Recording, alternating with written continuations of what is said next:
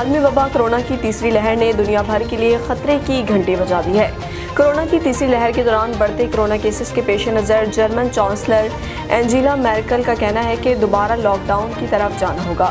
غیر ملکی میڈیا کے مطابق فرانس میں اس ماہ سے 16 علاقوں میں دوبارہ لاک ڈاؤن نافذ کیا جائے گا، جبکہ پولینڈ میں کل سے 3 ہفتوں کے جزوی لاک ڈاؤن کا آغاز کیا جائے گا۔ کورونا کی تیسری لہر کے دوران بڑھتے کورونا کیسز کے پیش نظر جرمن چانسلر اینجیلا میرکل کا کہنا ہے کہ دوبارہ لاک ڈاؤن کی طرف جانا ہوگا۔